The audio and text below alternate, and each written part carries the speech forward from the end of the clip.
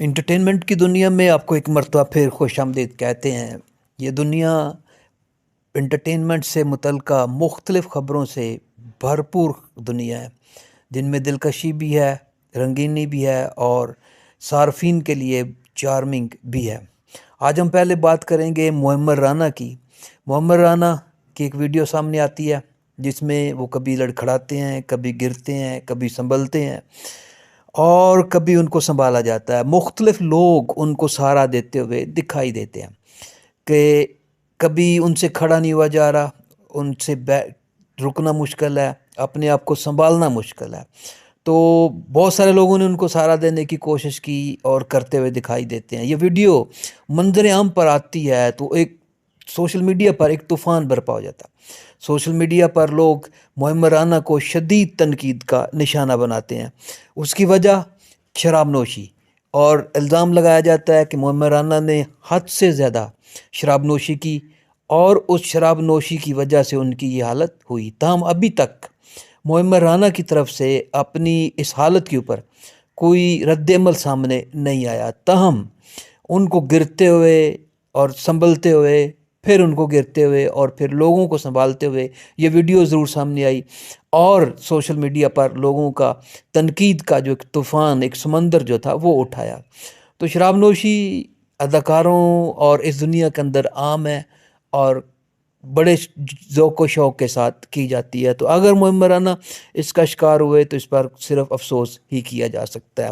اس کے بعد ہم بات کریں گے کبرا خان اور گور رشید کی شادی کی خبریں آہستہ آہستہ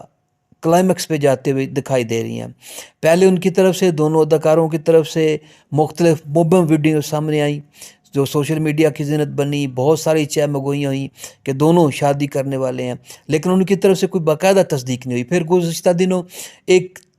چھوٹی سی ویڈیو سامنے آئی جس کے اندر مختلف اداکار پہلے ایکٹنگ کرتے ہوئے دکھائی دیتے ہیں کہ جناب ہمارے یاروں کی شادی ہے، اس کے اوپر جو ہے نا مختلف اداکار اپنی اپنی ادائیں دکھاتے ہوئے دکھائی دیتے ہیں، جس میں آخر پہ یہ دونوں آتے ہیں ایک ہی طرح کے ڈریس کے زیب تن کیے ہوئے اور دونوں مبہم انداز میں ایک مرتبہ پھر جو ہے نا اپنی شادی کی تصدیق کرتے ہوئے دکھائی دیتے ہیں۔ اب پھر ان کی ایک ویڈیو سامنے آتی ہے جس میں وہ شادی کی تیاریوں اور ان کے اوپر جو ہے نا وہ آپ اس کو شو کرتے ہیں کہ وہ دونوں شادی کی تیاریاں کر رہے ہیں۔ اس کا مطلب یہ ہے کہ یہ کہا جا سکتا ہے کہ ان کی شادی کی تیاریاں جو ہیں وہ زور و شور سے جاری ہیں اور ان کے اندر دن بدن جو ہے نا وہ زیادہ جوش آتا جا رہا ہے۔ اور بہت سارے صارفین کا یہ کہنا ہے، یہ ماننا ہے کہ فروری کے اینڈ تک، فروری کے آخر تک دونوں کیا آپ جو ہے نا وہ شادی کے بندھن میں بندھ جائیں گے۔ اچھی بات ہے، اگلے ماہ فروری کے اندر کہا جا رہا ہے کہ جو انٹرٹینمنٹ کی دنیا اس سے تعلق رکھنے والے 3 اہم جوڑوں کی شادیاں ہونے جا رہی ہیں۔ اسی طرح